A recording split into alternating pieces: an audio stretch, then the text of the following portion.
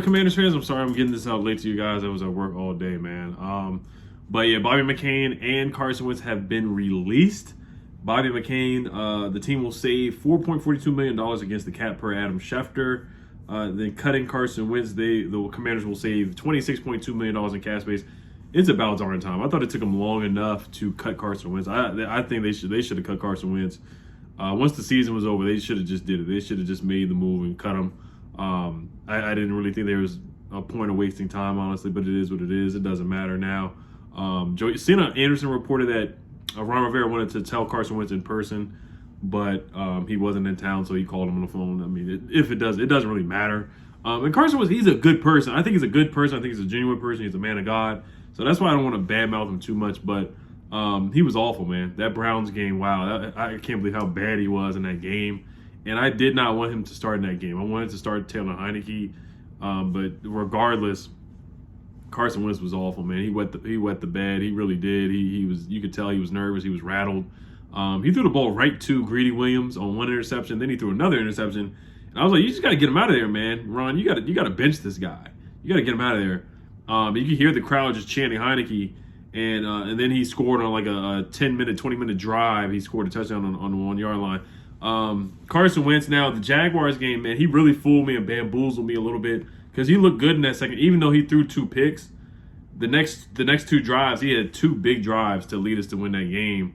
And he looked good in that game. In the second half, he did. In the first quarter, too, he looked really good. Like, he looked like a guy, like, it was like, okay, we may have found a quarterback there in Carson Wentz. And the offense was humming. Antonio Gibson looked good. It was a beautiful pass to Curtis Samuel. It was a beautiful pass to Terry McLaurin for a touchdown. Really nice pass to Jahan Dotson for a touchdown. Now, the Titans game, that really sealed the deal for him, kind of. If you really look at it, throwing an interception on the goal line, that was really bad by him. But he had some really nice passes to De'Ami Brown in that game. But that not scoring on the goal line, I think that kind of did it for him. That really did. And the next game against the Bears, he was hurt. He looked awful in that game, too. He really did. Like, he was throwing inaccurate passes. He did have a nice block on Roquan Smith, and then Scott Turner tried to run a read option with Carson Wentz. You could see how slow-footed he was and how immobile he was. You could just see that he lost a step, and he was not as mobile as he was, of course, with Philly before the ACL injury and the back injury and all that. I do think this is his last chance. I don't see him starting in the NFL ever again. This is it for him. This was it. This was it. Gave him 2 third-round picks. Thank goodness it didn't turn into a second-round pick.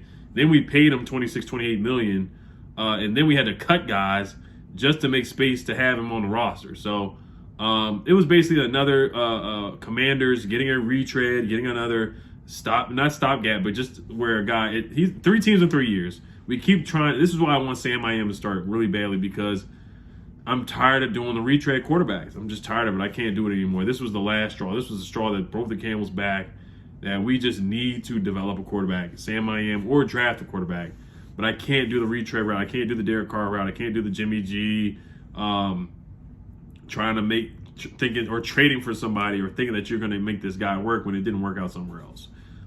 So Carson Wentz, the offensive line didn't help him either. So I'm not going to say it was 110% his fault, but he just didn't play well, man. He's a shell of himself. He is. He's not that guy from 2017, even 2019 anymore. So I wish him the best. I think he can be a backup for Josh Allen in Buffalo. I was just thinking some teams that maybe he can be a backup quarterback for. Maybe he can be a backup for Justin Herbert. Maybe he can be a backup for Trevor Lawrence in Jacksonville. I don't know how his relationship with Doug Peterson is anymore. I know it didn't work out, of course, in Philly. Doug Peterson ended up getting fired, so I don't know if he's going to bring him in. Maybe he could back up Geno Smith with the Seahawks. So those are just some destinations where I think he can be a backup. You know, he's going to be in the Jacoby Brissett type of realm, Case Keenum type of area, or a threshold of quarterbacks, Case Keenum, Joe Flacco. He's in that tier of quarterbacks now.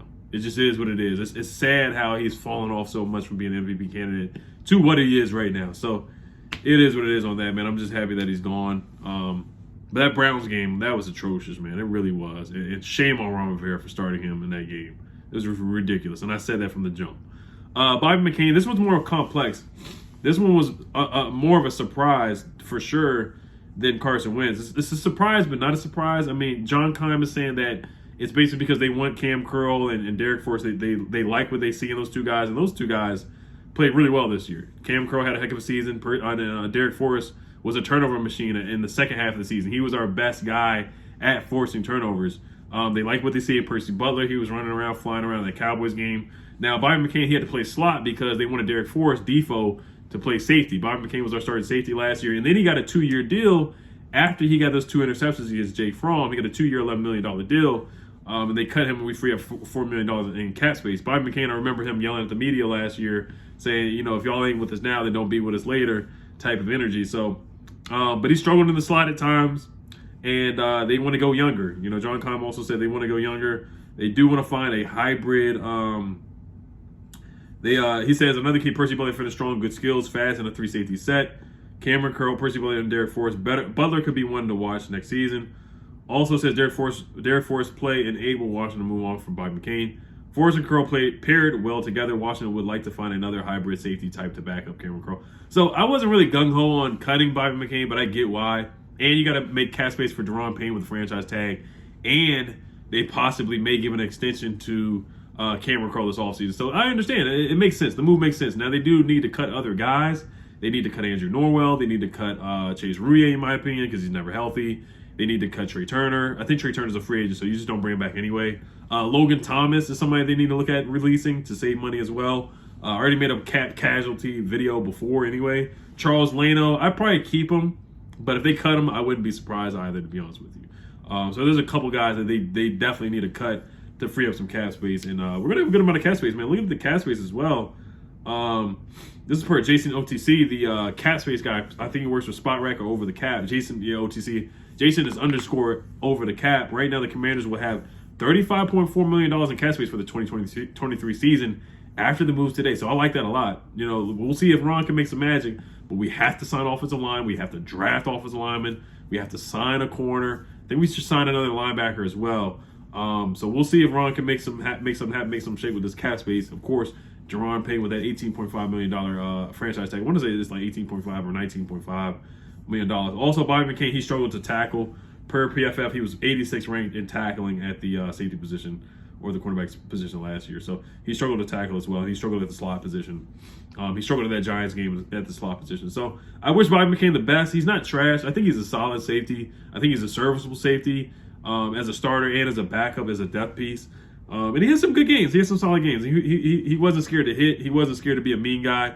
And I thought he was I heard that he was a good leader in the locker room as well. So I wish him the best. So, all right, you guys let me know what you guys think. Hell's Commanders, peace.